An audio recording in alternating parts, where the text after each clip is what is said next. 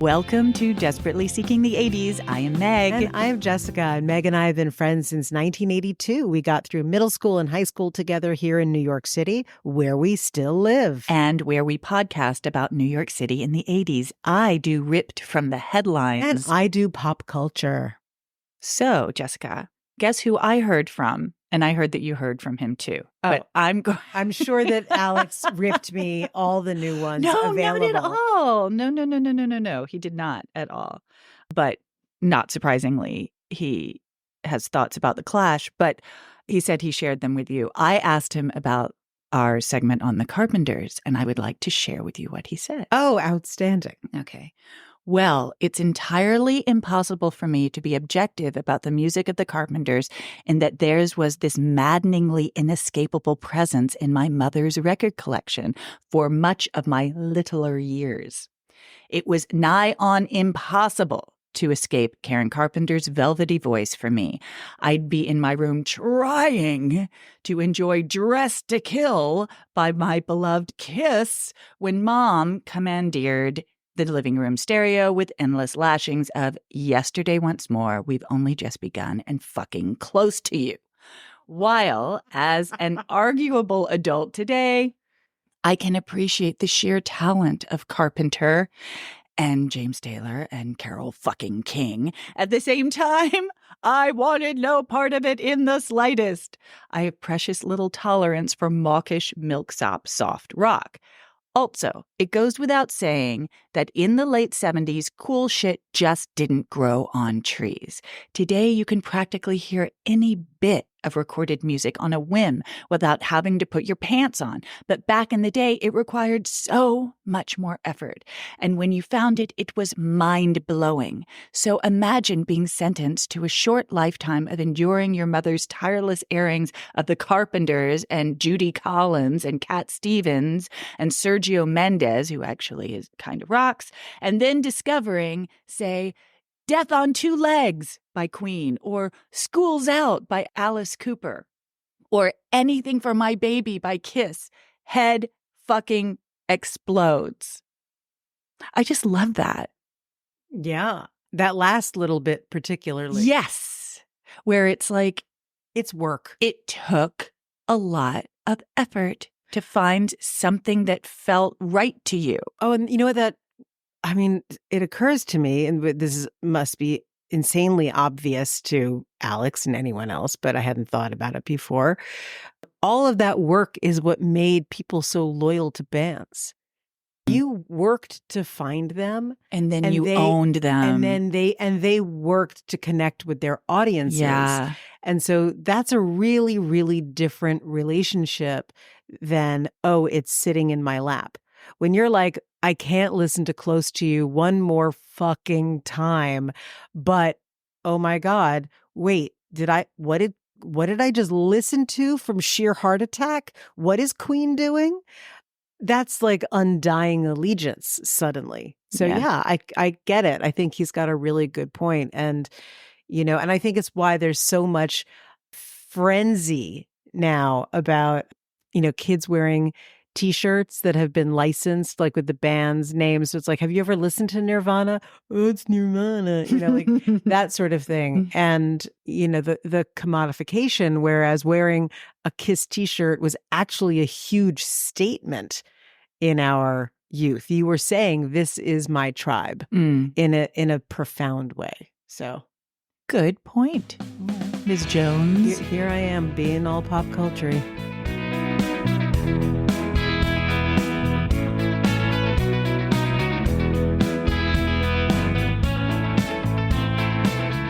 So you love music.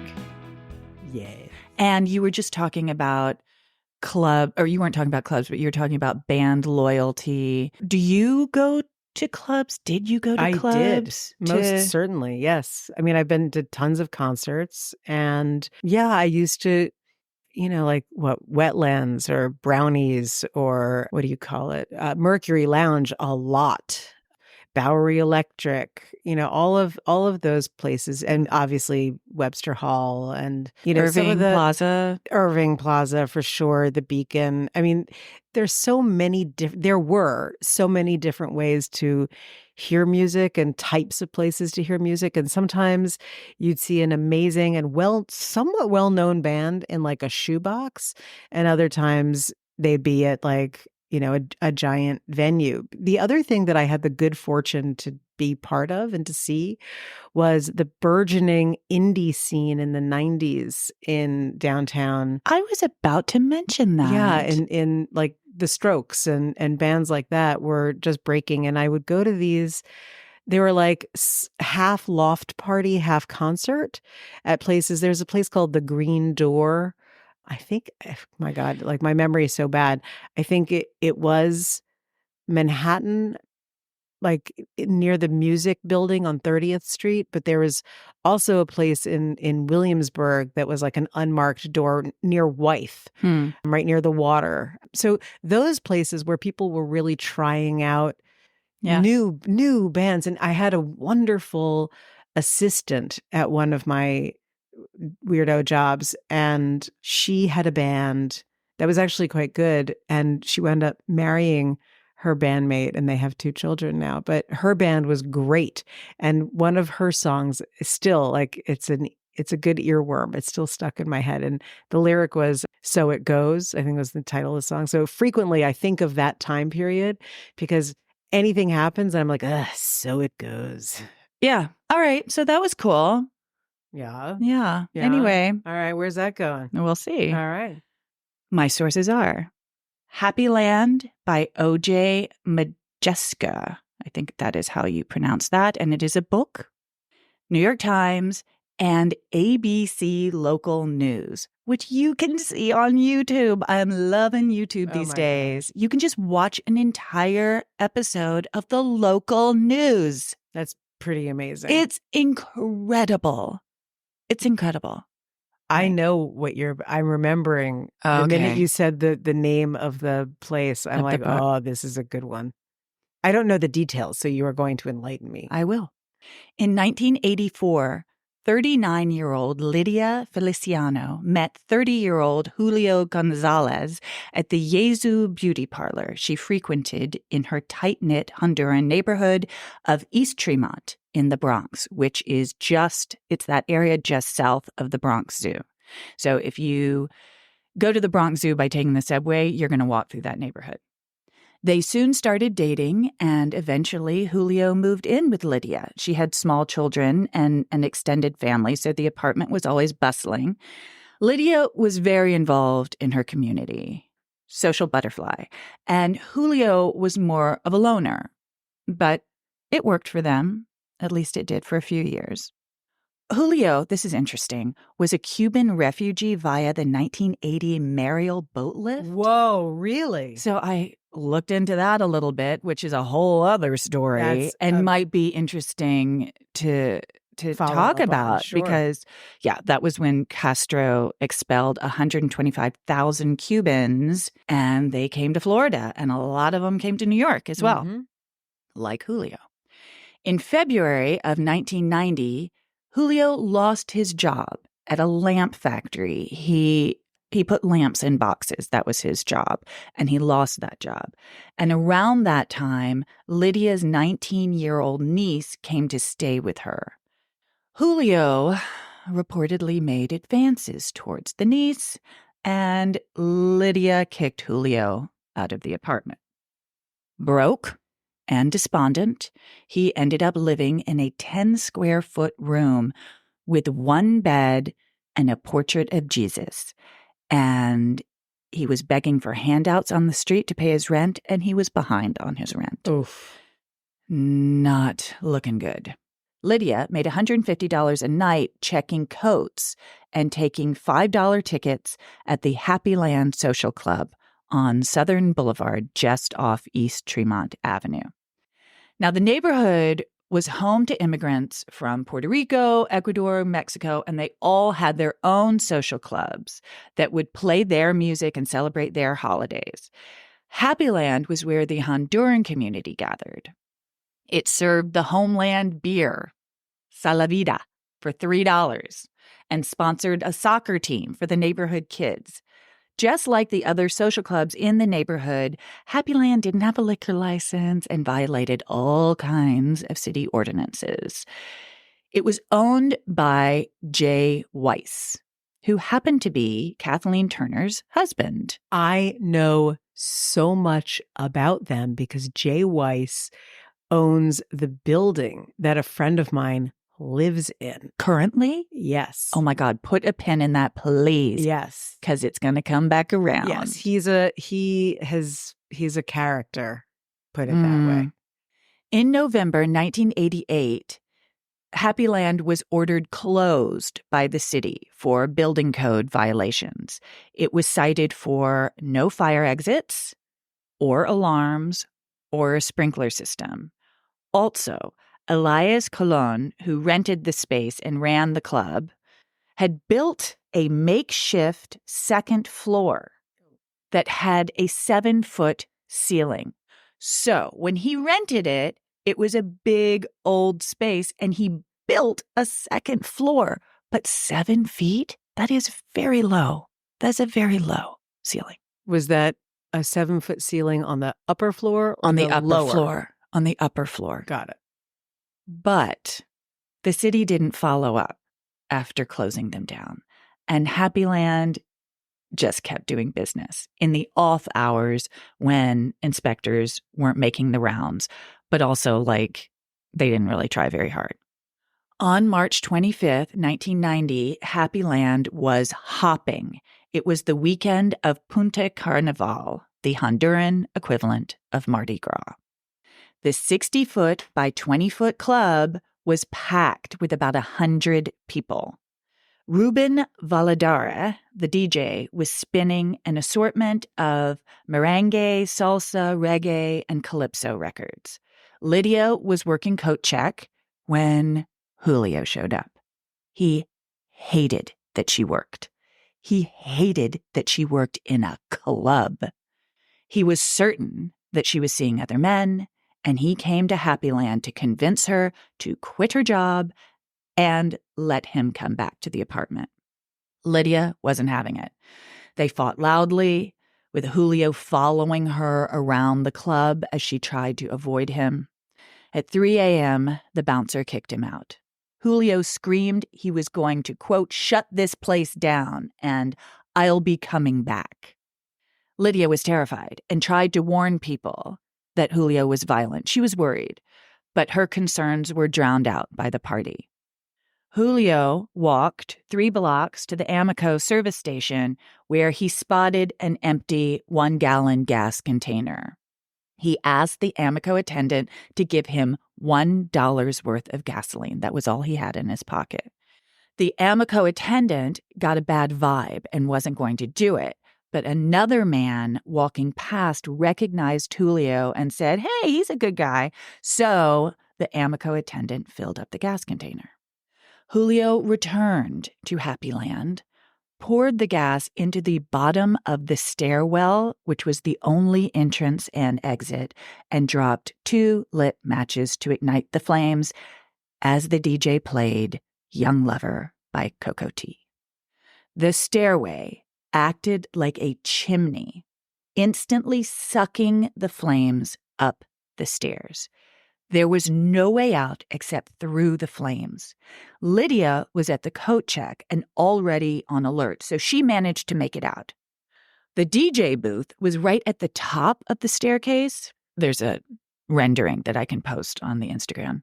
So Ruben, the DJ, forced himself to run through the fire and out the door. He talks about how he just had to squelch every instinct in his body to run into the flames.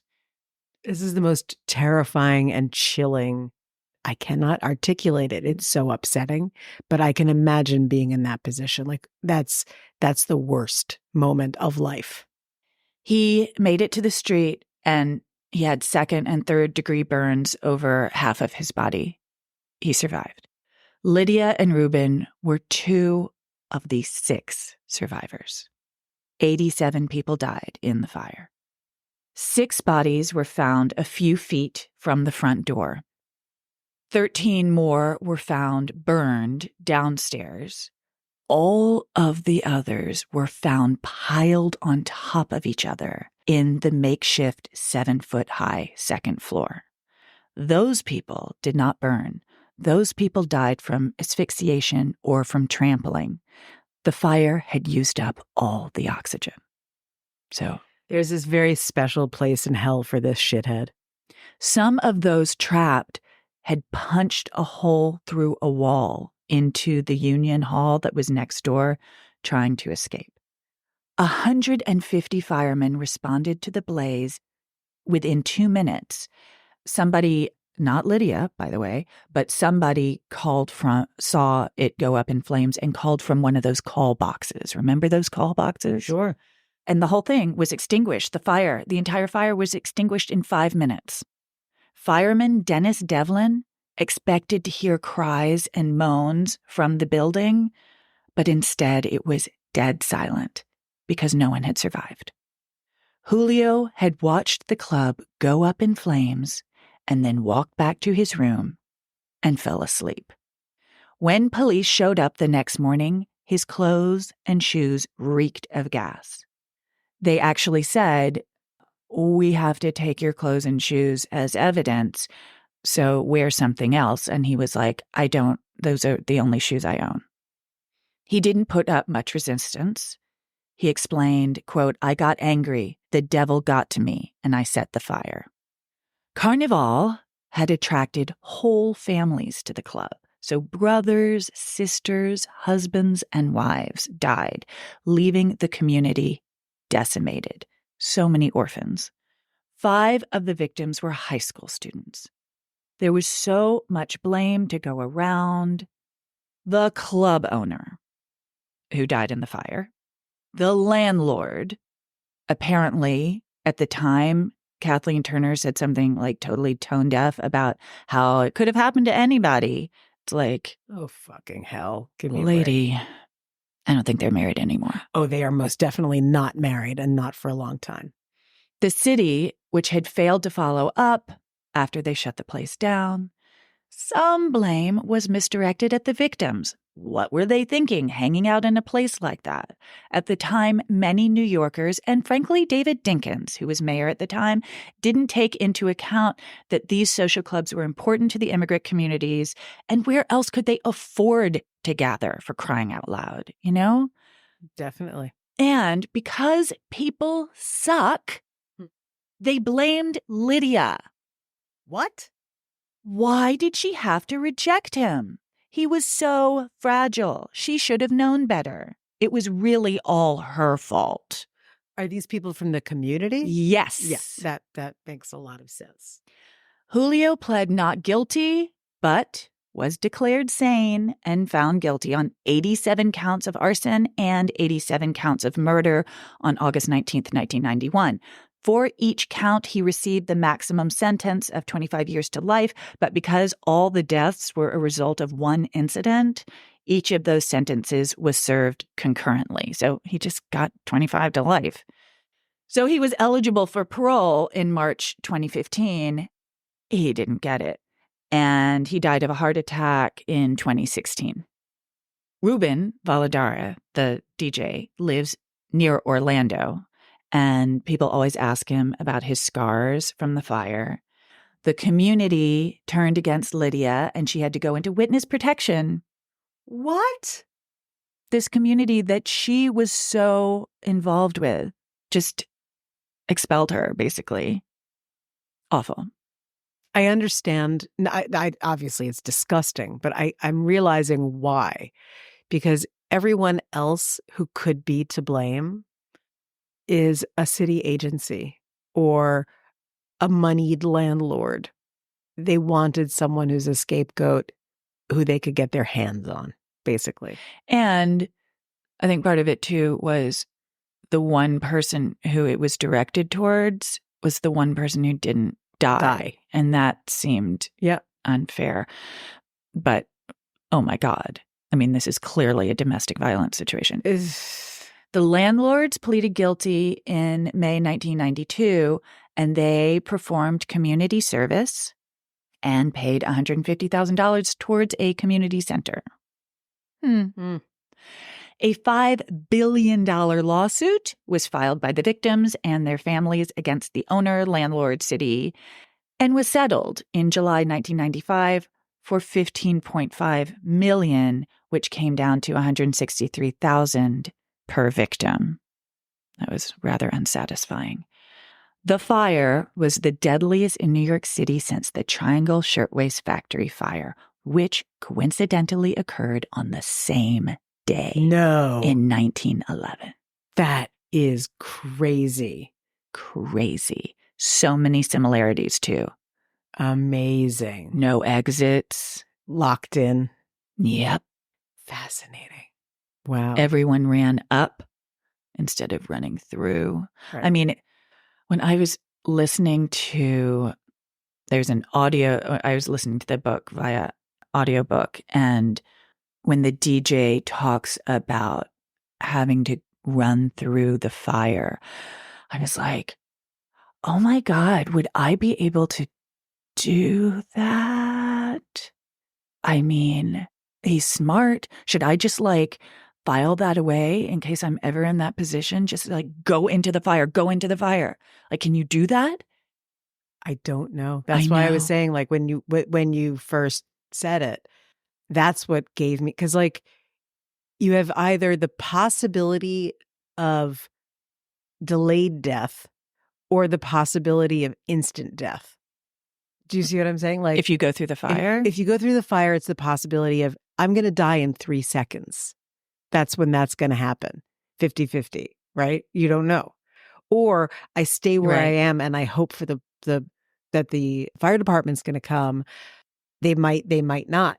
So it's delayed, but it could be delayed by 4 minutes. That's the dilemma that I see. Do you get what I'm saying? Yeah. I mean, and obviously the instinct is to run away from it. And those are all the people who died of asphyxiation and were trampled. Right. Exactly. And I'm just saying, for someone in his position, in Ruben's position, that it's he has the presence of mind to be I see. I'm now going to make a decision about how I'm going to die, possibly.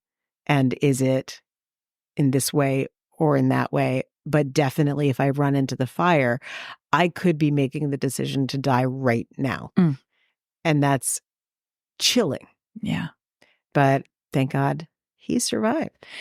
It was very interesting reading the reports at the time that definitely talked about city ordinances and talked about fire safety and all of that stuff. And no one really talked about domestic abuse. And that this guy got his ego bruised and he did that. It's funny that this is the story that you're telling. Not funny, but it's interesting to me that this is the story you're telling today, because I was talking to someone very recently in the last couple of days about domestic violence. And I think we've talked about this on this podcast before, but there is a study done about what men are most afraid of and what women are most afraid of. And that song that I love that Courtney Barnett did, that men are afraid of being laughed at and women are afraid of being murdered by men. Yeah. And this is just yet another perfect shining example of someone said no. Yes. Someone said no. Yeah.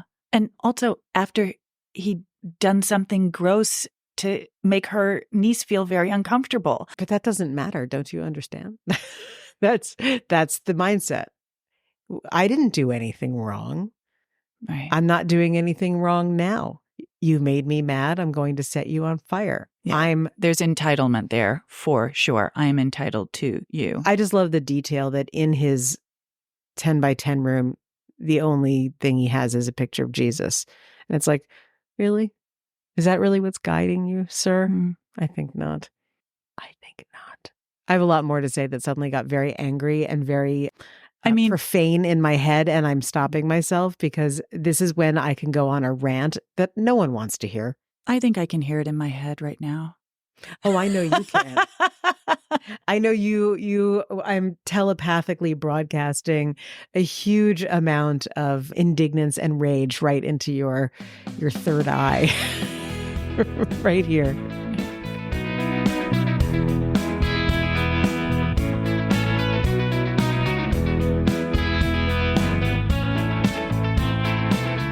I forgot to tell you, I went to a museum yesterday. A museum? Yes, in the city of New York. Oh, aren't you? So, oh, wait, that's right here. The Museum of the City in New York. No. I said I went to a museum in the city of New York, which is so fabulous. Yeah, but whatever. amazing. No, I went to the New York Historical Society. Oh, the best. It is marvelous. West fabulous. Side Park. Yes, Fabulous Central Park, museum. Not... And I saw did you see? the exhibition called Lost New York. And I got a whole bunch of ideas for stories that I'm not going to tell you. Oh, well, now I'm going to have to go. You should go. This is very exciting. I love what they do. A ticket, I'm going to say like a month or so ago when I knew this was going to be my first free day. And then I was like, oh, right. Yeah. Okay. I'm going to the museum today because I bought that ticket. Frankly, I didn't have to buy it so far in advance. You can just walk in. As is usually the way with the museum, rather than New York Historical Society. But awesome. You know, they do really good talks, by the by. I've been to some good lectures there. Great museum. Yes. Good on you. So, Meg. Yes. You asked me about going to see music and clubs. Did you go clubbing? I mean, not for many years. I danced at Webster Hall, but like it's been a while. But like you didn't go clubbing. Like I've told you my stories about schlepping around on the West Side. No, with Kathy Nick and I did. We went to Peppermint Lounge. I remember that was an eventful evening. Yes, I can imagine. So after clubbing, what would you do? I vaguely remember. I do not know. Well, in my experience, there were a couple of places to go if you were clubbing and you were on the West Side, which I have told you I did quite a bit with my buddy. And you get out of there, admittedly, you're drunk and want something to soak up some alcohol, have something to eat. And so my piece today is about the first place that was really available for people who were clubbing on the West Side starting in the 80s to go eat at a 24-hour available place, and that was Florent. Okay. Do you know Florent? I do, yes. Okay.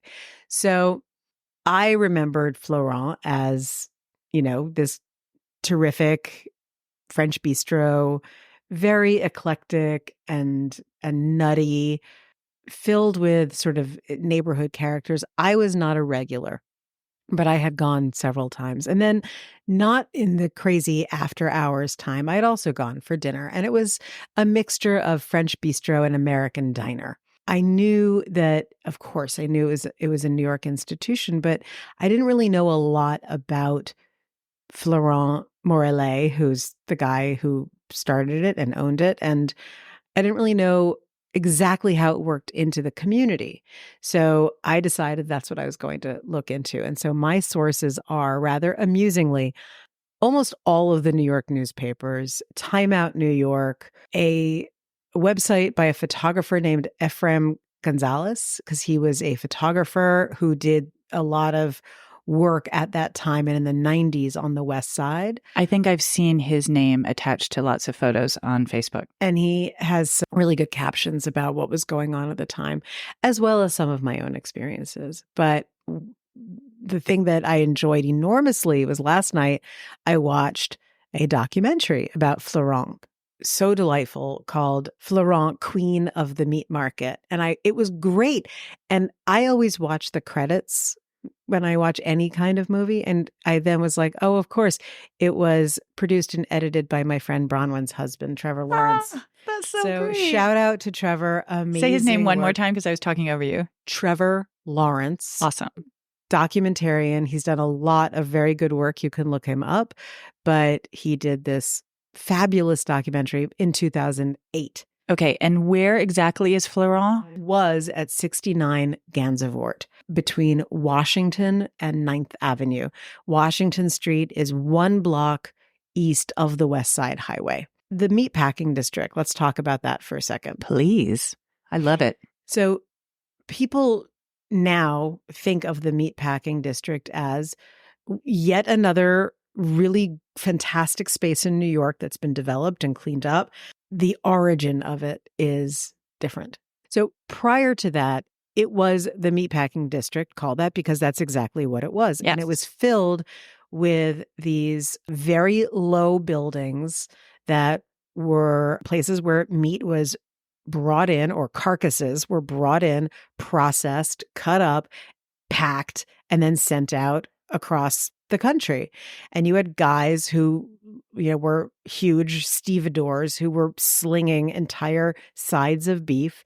There was a very famous meatpacking company called Western Beef that was there for a very long time. It had a look that was very particular. So cobblestone streets had never been updated. The buildings all had these low awnings on them that it made it look a little bit like the Wild West there. And the minute that it was no longer work time, the place was deserted. Mm-hmm. So we have talked a lot about after hours on this show, on this podcast. That's not where that took place, but all of that desolation that we talk about with Soho, double it.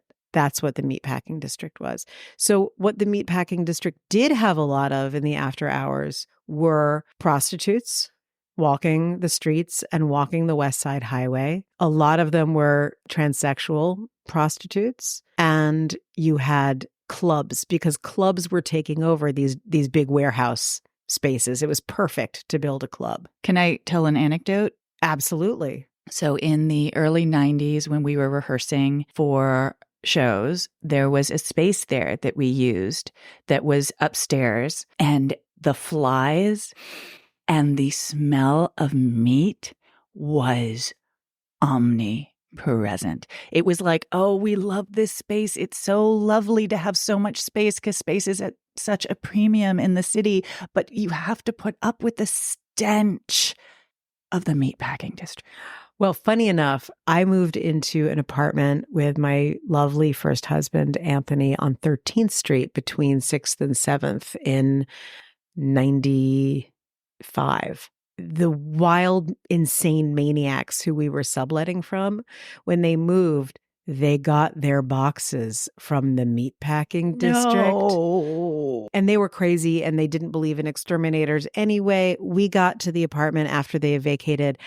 When I say a roach infestation, Oh my God. I didn't realize how roaches reproduced and their eggs were deposited and then broken out. Like, I know more about roaches than any person ever should.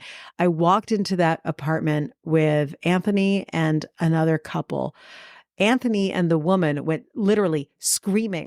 We opened the kitchen cupboards, and roaches were falling out. Oh my God. They were in the Stop. oven. There were egg sacs that were broken up. Yes, just the word egg sac. They went screaming, and the floor was thick with them. Jesus Christ. And we were like, seriously, Anthony and I were like, we might not be able to move into this place. But the guy and I were like, no, this is a good apartment and a good building, and we are going to fucking make this work. So Randy and I, and this is a small apartment, okay? Randy and I went to a local hardware store and bought 5 or 6 bug bombs. 1 bug bomb was sufficient for the square footage. We set off 6. We were like, we're not doing waves of trying this out. This is going to be a full-on death scenario. So we set them off, and we went back like 48 hours later, and it worked. And then the job. Clean up. Oh my God. No.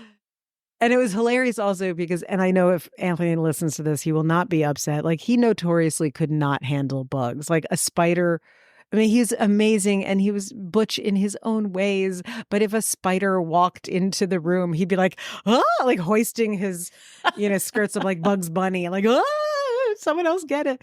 So that was on me. And God bless Randy, who just kept coming back. And I was like, I love you so much, man. It was astonishing. So anyway, there close used proximity, to be meat in the yes, meatpacking close district. proximity to the meatpacking district could have a ripple effect. Yeah. And there you go. But the other thing about living on 13th Street is that if I walked west on 13th, there was in the 90s, there was a great barbecue place that it was like Southern cooking called the Hog Pit. And it was right near Hogs and Heifers, Yeah. which was kind of like a made up, like, oh, look, we're a honky tonk. This was much I did more go genuine. there. Yeah. And the food was phenomenal, which also explained my ever tightening jeans at that point. But it was so much fun. And it was in a building that's right on 14th Street. That's like a mini Flatiron building. Oh, I totally know that building. And so there was a club in that building. Well, hold your horses, my friend. Okay. So on the 13th Street side was Hogs and Heifers. On the 14th Street side, if you went downstairs, there was a series of sex clubs there. And when I lived there, it was the Hellfire Club. And that was the other thing about the meatpacking district, was that there were many sex clubs there. There was Hellfire and the Vault. And the Vault was actually in what had been a bank vault. So when Florent Morellet decided that he came to the United States from France and was like, I'm a New Yorker. That's it. Came in 1978. And he decided that he wanted to open a restaurant. But he wanted to open a restaurant that was really for the neighborhood, because the other thing about the neighborhood was that the rents were incredibly low, as you know from having rehearsed there. They were always incredibly low because William Gottlieb was a land developer, and he owned most of the meatpacking district, or a large part of it, and the West Village. And he had a reputation for not developing the land that he bought. Yeah, he didn't build, he didn't clean, he didn't renovate. He wasn't a slumlord, but he would rent these places out super cheap to artists. Okay. That was his thing, and club owners. So he actually had a reputation. He was so cheap that he found used cans of paint, like they had not been fully used up, and that's what he painted his buildings with. But when he died in 1999, his family started to sell off the property. Okay. And that's when the boutiques and stores started coming in, is because the family was ready to make a lot of money. The other thing that happened that made that neighborhood happen was the Apple store. And what happened was the Apple company purchased the entire Western Beef building, and they did something that fucked the meatpacking district, which was they didn't haggle, they didn't negotiate, they just said fine to an astronomical sum that the Western Beef building owners asked for.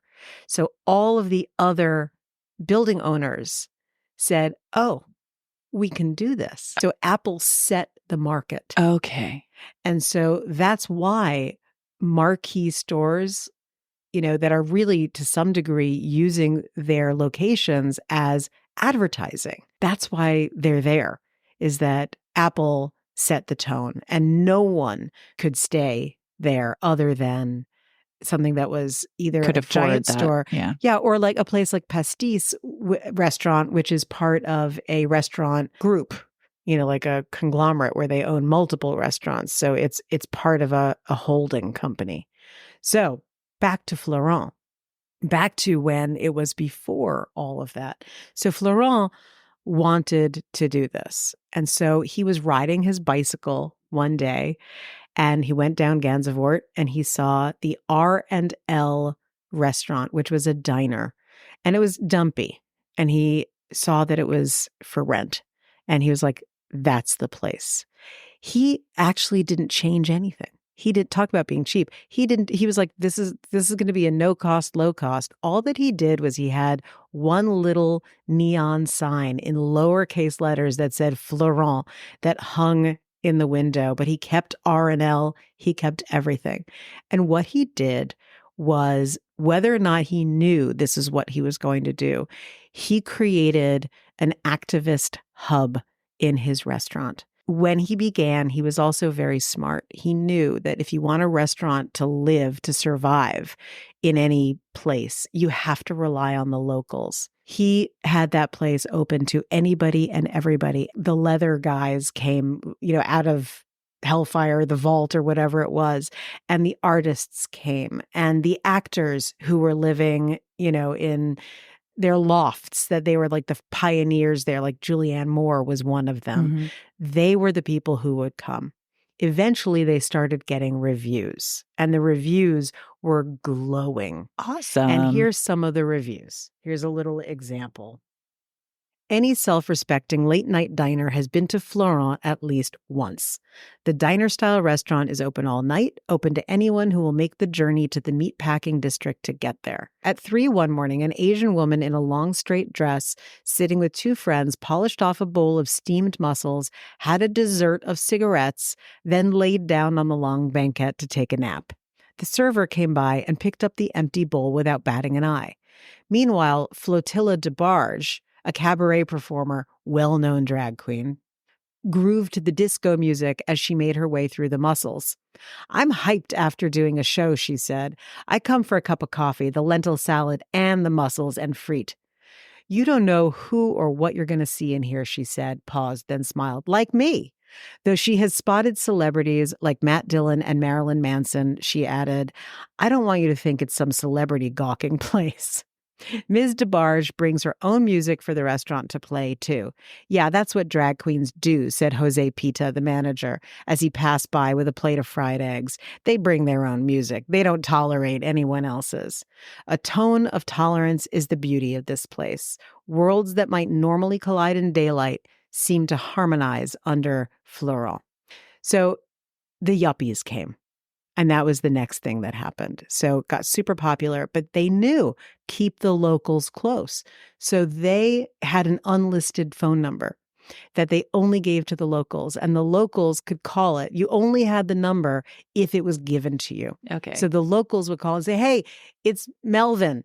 I want to come by." "Great, we've got your table for you." Okay. The yuppies had to wait outside. There was a door person who was really the host, but he acted like a door person when all of the yuppies would be spilling out onto Gansevoort. And he said the yuppie guys who came with their girl in a tight red dress, and the door person was frequently in drag, he would motion to his cheek. And if the guy, the super straight guy in a suit, would kiss him, they could get in. Oh. Because it was about tolerance. Right. If he balked, the douchebag check. Go away. Exactly. So that was the tone. In 1987, soon after opening, Florent was diagnosed with HIV. Mm. Obviously, he had already been losing many, many friends, and he was, deeply ensconced in that community. The gay community was very heavily in the West Village and not really in Chelsea yet. But so that was the community. And his natural bent was to be an organizer. And so he started making that a place where benefits and fundraising and political activity were taking place at the restaurant, and the restaurant was open for anyone who was fringe or in trouble. They could come. And then he went one step farther when in the early 90s, there was the March on Washington for the AIDS March, and there was also the March for Reproductive Rights. He got celebrities who were coming to the restaurant to sponsor, to be part of getting people to come for these big busloads. He would rent 6, 8 buses and bus people to Washington, D.C., and would fill lunch bags for them. And there was something really cute in the documentary. Someone was, I think it was David Rakoff was saying that, these well-intentioned or intended lunch bags were packed by club boys who would just come out of wherever high as a kite. So you would have like a piece of cake and a piece of fried chicken in the same bag unwrapped. But he's like, but everyone was into it. Yeah. And they had people on the buses like David Byrne and Cyndi Lauper and Julianne Moore and Susan Sarandon and a bevy of others who would come and do that. In the restaurant, what was kind of interesting was it was decorated with maps, but those maps were not real maps. They were maps that Florent made. He was an amateur cartographer. What? And he was obsessed with creating cities. So in the 90s, when the meatpacking district was being torn apart. Remember how I said that there were all of these like marquees out in front and the look of it was starting to be erased. He started a campaign to landmark the meatpacking district, the cobblestone streets, the buildings, the marquees, everything. And he succeeded. It took him only 3 years. He was so beloved that everyone got on board and he pushed it through. So the meatpacking district looks the way that it does now with all of these, high-end boutiques and all of that the low buildings, no construction, the marquees having to be there, but redone in a way that's consistent with the branding, the cobblestone streets that you can't wear high heels in, which is always hilarious to watch women come and try to pick their way through it. All of that is because of him. In 2008, the wolf was at the door, the wolf of real estate, and his lease was up. Ugh. And the landlord decided to charge him $42,000 a month rent, which is truly ridiculous. And he made the decision that he could have stayed open, but the only way to do it would be to triple his prices. And he was like, that's not what this place is. That's not what it's about. This place was about having Bastille Day celebrations where 20,000 people would come and there would be, tables out on the streets and everyone was dressed like Marie Antoinette or whatever and performances on the streets. So he was like, no, that's not what this is. So it closed in 2008. The place is still there. And when he closed, the landlord said, I am going to now open a restaurant here in the same style as Florent. And in the documentary, there's a great moment when our friend Penny Arcade, who is mentioned in another one of our episodes, laughingly said, you know what that means? That means she couldn't get anyone to pay her stupid fucking rent. Right, exactly. So that is Do you know the name of the restaurant that's there now? No, I know that R&L is still there, but I don't know. I mean, the signage, but I don't know who is there now. I wonder if we can see some of his cartography. I love that idea. He has an art gallery now. And so he's still around. I'm so glad to hear that. Making art. I got nervous early on in this story when you said he was HIV positive. Nope. Amazingly, no, he survived. He's a survivor. Wonderful. But there's another thing that I just wanted to add from Ephraim Gonzalez's website that he said specifically about Florent. He said Florent's was a very famous restaurant. All the young kids who were partying in the area, he decided he would open up a real French restaurant and offer real food to the club kids. A lot of the young kids who would go to the clubs and bop around would then go to the restaurant and exchange ideas. True. By simply being there and being of their different tribes, they were exchanging ideas. A scene from the movie Men in Black was filmed there. Amanda Lepore performed there. They had charity nights. People would go perform, sing, dance to raise money for various causes. Someone in one of my audiences said that on Bastille Day, they'd have a street festival. And then he says, Florent lasted until 2008 when the rents got too high. The rent is too damn high. We need to bring that guy back. But anyway, it was a magical place. And the other great thing was that in the early part of the evening, they were super family friendly and encouraged children to come and they would have crayons on the tables. And it was never too cool for school there. Love it. We need to find a place like that. Are we going to have to start a place like that? why not? Sure. All right, fine. Anyone interested, give us a call. Also, if you listeners know of a place that sounds like this, let us know and we can help promote it. Yeah. Community, small grassroots. businesses, small restaurants. Let's spread the word. I really also recommend watching the documentary because Florent himself is, really narrating a lot of it. And he is so charming and adorable and vulnerable and real and talks about, why he was there and how he was there and his own frailties, and is a character worth knowing, even if it's just through the documentary. Wonderful. I'm totally going to watch it.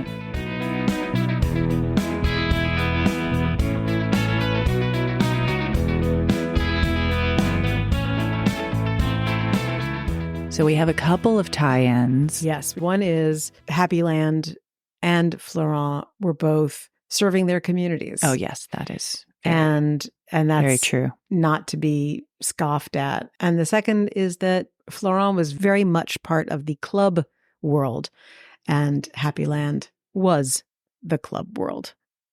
Yeah. What else do you see? No, I'm just still thinking about the community thing, because that was definitely what struck me the most about the Happy Land story. I think that happens organically with communities. They figure out a place where they can all gather and celebrate, and the good times and the bad times. And it's just heartbreaking when obviously it was heartbreaking in the Happy Land situation, but it sounds like it was a wonderful thing for Florent for many, many years. Yeah. And what I really liked about it is that even though, I started off by explaining that the neighborhood was so heavily about fringe groups, it became a place for everybody. And the only requirement was be nice.